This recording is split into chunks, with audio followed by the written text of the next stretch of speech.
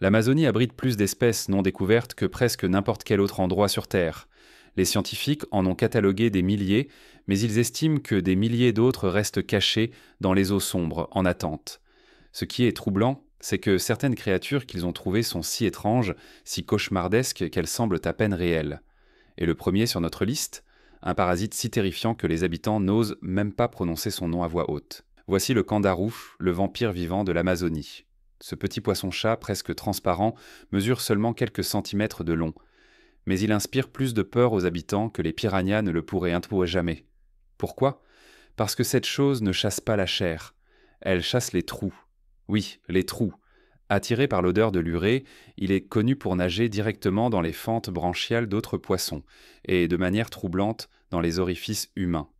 C'est exact, des rapports de témoins oculaires et quelques études de cas horrifiantes décrivent de comment il envahit les corps des nageurs, s'accrochant avec des épines orientées vers l'arrière et refusant de sortir. L'ablation chirurgicale est la seule option. Beaucoup de scientifiques pensaient autrefois que c'était un mythe, jusqu'à ce qu'ils documentent de vrais cas médicaux. C'est rare, mais c'est réel, et c'est suffisant pour tenir même les amateurs de sensations fortes hors de l'eau. Mais que se passerait-il si quelque chose de plus grand pouvait vous tuer par électrocution ? Cela ne ressemble pas à un monstre, plutôt à un gros serpent fatigué. Mais ne vous laissez pas tromper. L'anguille électrique de l'Amazonie est l'un des animaux les plus mortels de la rivière, et pas à cause de sa morsure. Cette chose délivre des chocs électriques allant jusqu'à 600 volts. C'est 5 fois ce qui sort de votre prise murale, suffisamment pour assommer un homme adulte et, dans de rares cas, même provoquer la mort. Ce qui est encore plus effrayant, c'est qu'ils utilisent de l'électricité non seulement pour chasser, mais aussi pour voir.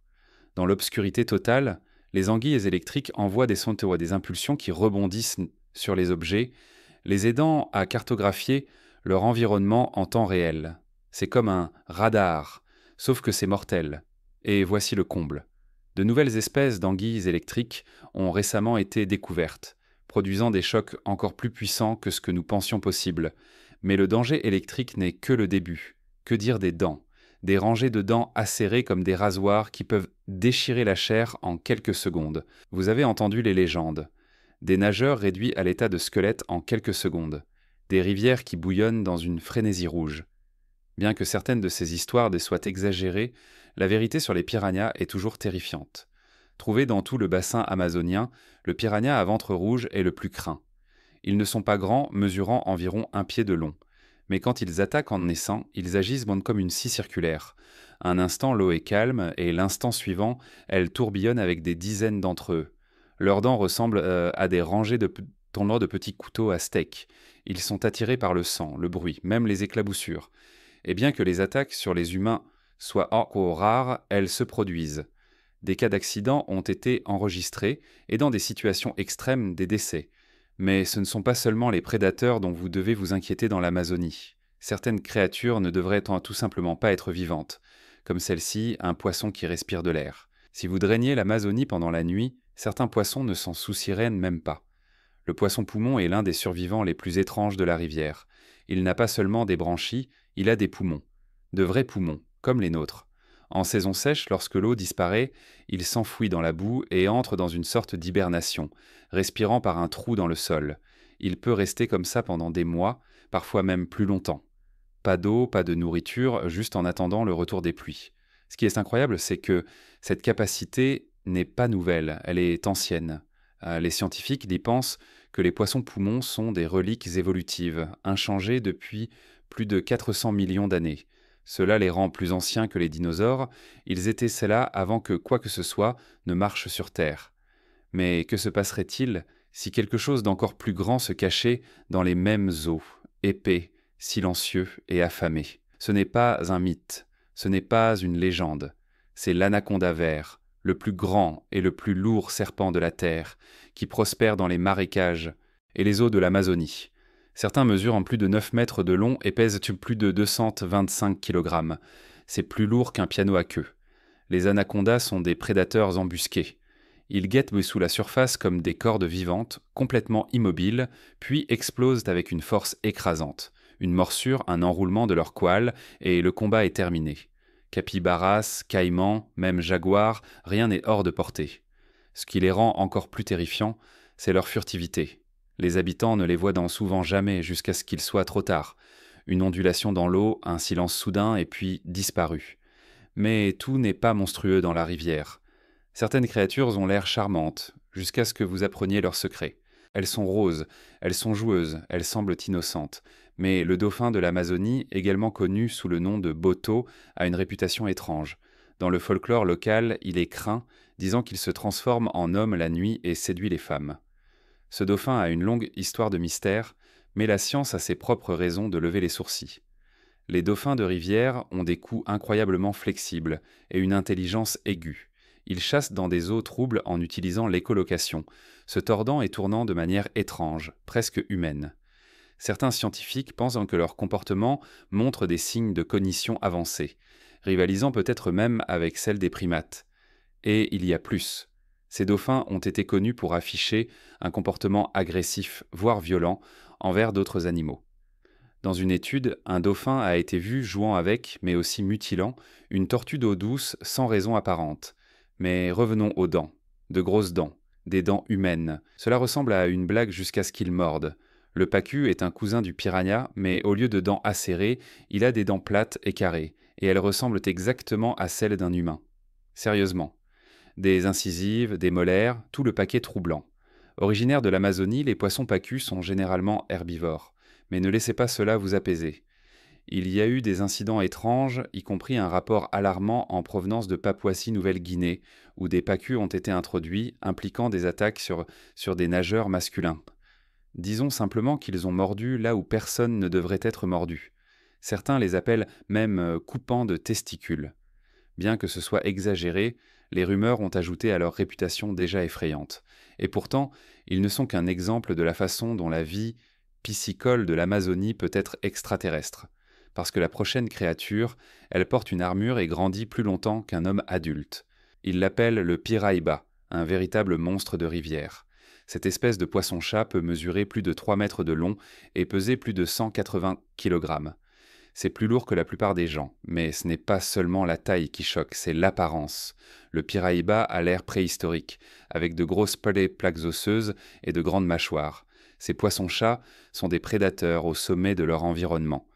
Contrairement aux poissons-chats qui se nourrissent au fond que vous connaissez, le piraïba est un chasseur agressif. Il est connu pour manger d'autres gros poissons, des crustacés et peut-être même de petits mammifères. Des pêcheurs ont sorti des piranhas à moitié mangés de l'intérieur.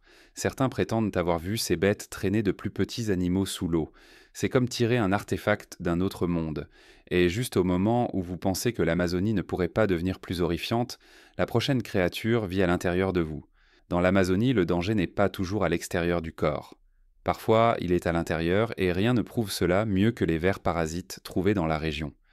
Ces choses sont le stuff de cauchemar. Certains s'enfouissent en dessous votre peau, d'autres voyagent dans votre circulation sanguine et quelques-uns envahissent même vos globes oculaires.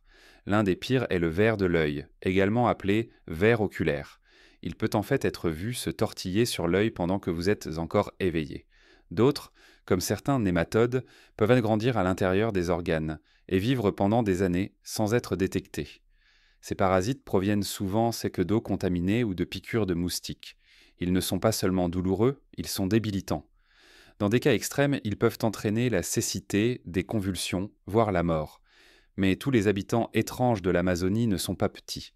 Le suivant, il peut en fait marcher sur la terre. Oui, vous avez bien lu. Certains poissons de l'Amazonie peuvent marcher sur la terre. L'un des exemples les plus bizarres est le poisson-couteau, une espèce qui, lorsque le niveau de l'eau baisse, peut utiliser son corps musclé pour glisser à travers la boue et le sol peu profond à la recherche d'un meilleur habitat. Mais il n'est pas seul. Certaines espèces de poissons-chats, comme le poisson-chat armuré, sortent également des rivières asséchées, utilisant leurs nageoires et leur corps fort pour se pousser sur la terre. Ces poissons n'ont pas besoin de beaucoup d'eau pour survivre. Certains peuvent respirer à travers leur peau. D'autres avalent de l'air comme les poissons poumons. C'est un mouvement désespéré, c'est sûr. Mais dans l'Amazonie, lorsque l'eau s'évapore, la survie appartient aux plus étranges. Mais si cela ne suffit pas, attendez de rencontrer une raie d'eau douce de la taille d'une table à manger. Elle se cache au fond, enfouie sous le limon. Vous ne saurez peut-être jamais qu'elle est là jusqu'à ce qu'il soit trop tard. La raie d'eau douce géante est l'une des créatures les plus mystérieuses de l'Amazonie. Avec un corps qui peut atteindre plus de 2 mètres de large et une queue comme un fouet, cette chose est aussi puissante que silencieuse. Ce qui la rend terrifiante, ce n'est pas seulement sa taille, c'est la barbillon venimeux à l'extrémité de sa queue. Si elle essaie piétiner ou menacer, la raie peut piquer avec une force capable de percer des os, injectant un venin qui provoque une douleur atroce, dédommager les os tissus et, dans certains cas, la mort. Beaucoup d'habitants les craignent plus que les piranhas. Elles se fondent dans le lit de la rivière, invisibles jusqu'à ce que vous soyez juste au-dessus d'elles. Et bien que les raies ne s'attaquent généralement pas sans provocation, dans les eaux troubles, les accidents se produisent. Mais écoutez ça, quelque chose d'encore plus hors de propos vit dans la rivière. Quelque chose que vous vous attendriez à trouver dans l'océan, pas dans l'eau douce. Cela semble inventé, mais c'est réel. L'Amazonie abrite une méduse d'eau douce appelée Craspedacusta sowabai. Cette petite créature translucide dérive à travers les étendues calmes de la rivière, pulsant doucement comme ses cousines d'eau salée. Elle ne pique pas les humains, du moins pas avec une force que vous remarqueriez, mais sa simple présence est déroutante. Les méduses sont censées être des habitantes de l'océan. Comment l'une d'elles a-t-elle fini à des milliers de kilomètres dans les terres, dans de l'eau douce? Les scientifiques pensent que ces méduses ont peut-être voyagé à travers le monde via des plantes aquatiques et se sont installées dans les eaux chaudes et stagnantes juste au bon endroit. Elles sont fragiles, mesurant à peine 1 pouce de large et souvent invisibles jusqu'à ce que la lumière les frappe juste comme il faut. Mais elles prouvent une chose clairement. Dans l'Amazonie, tout est possible. Pourtant, certaines créatures ne flottant ne flottent pas. Elles goûtent, elles suintent et elles tuent sans mordre. L'Amazonie abrite certains des animaux les plus toxiques de la planète et ils n'ont même pas besoin de crocs ou de griffes. Voici la grenouille venimeuse. Colorée de manière éclatante, pas plus grande qu'une pièce de monnaie et absolument mortelle. Juste une de ces grenouilles peut contenir assez de toxines pour tuer 10 hommes. Elles n'injectent pas de venin. Elles le sécrètent à travers leur peau. Les tribus indigènes utilisaient autrefois leurs sécrétions pour enduire les pointes des flèches, d'où leur nom. Et ce qui est incroyable, c'est que ces grenouilles à poing ne naissent pas venimeuses. Elles acquièrent leurs toxines en mangeant certains insectes que l'on trouve uniquement dans leurs environnements natals. Et devinez quoi? Certains poissons et créatures aquatiques peuvent également porter des toxines, des substances que les chercheurs commencent à peine à comprendre. Mais nous n'avons pas encore terminé avec l'étrange. Le prochain poisson? Vous pouvez voir à travers sa peau et observer son cœur battre. Dans les eaux noires de l'Amazonie, la nature devient étrange. Voici le poisson couteau en verre, une merveille translucide avec un corps en forme de ruban et des organes que vous pouvez littéralement voir de l'extérieur. Il ressemble plus à un fantôme qu'à un poisson. Il est complètement transparent, sans écailles, sans pigments, juste un léger scintillement alors qu'il glisse. Mais ce n'est pas seulement son apparence qui est étrange. Il utilise des champs électriques pour sentir son environnement, comme un radar vivant. Les scientifiques pensent que cette capacité l'aide à naviguer dans les parties les plus sombres de la rivière, où même la lumière du soleil ne pénètre pas. Il est fragile, étrange et incroyablement rare à apercevoir, mais toutes les créatures de l'Amazonie ne fuient pas les projecteurs. Elle est bruyante, agressive et étonnamment mignonne jusqu'à ce qu'elle ouvre sa mâchoire.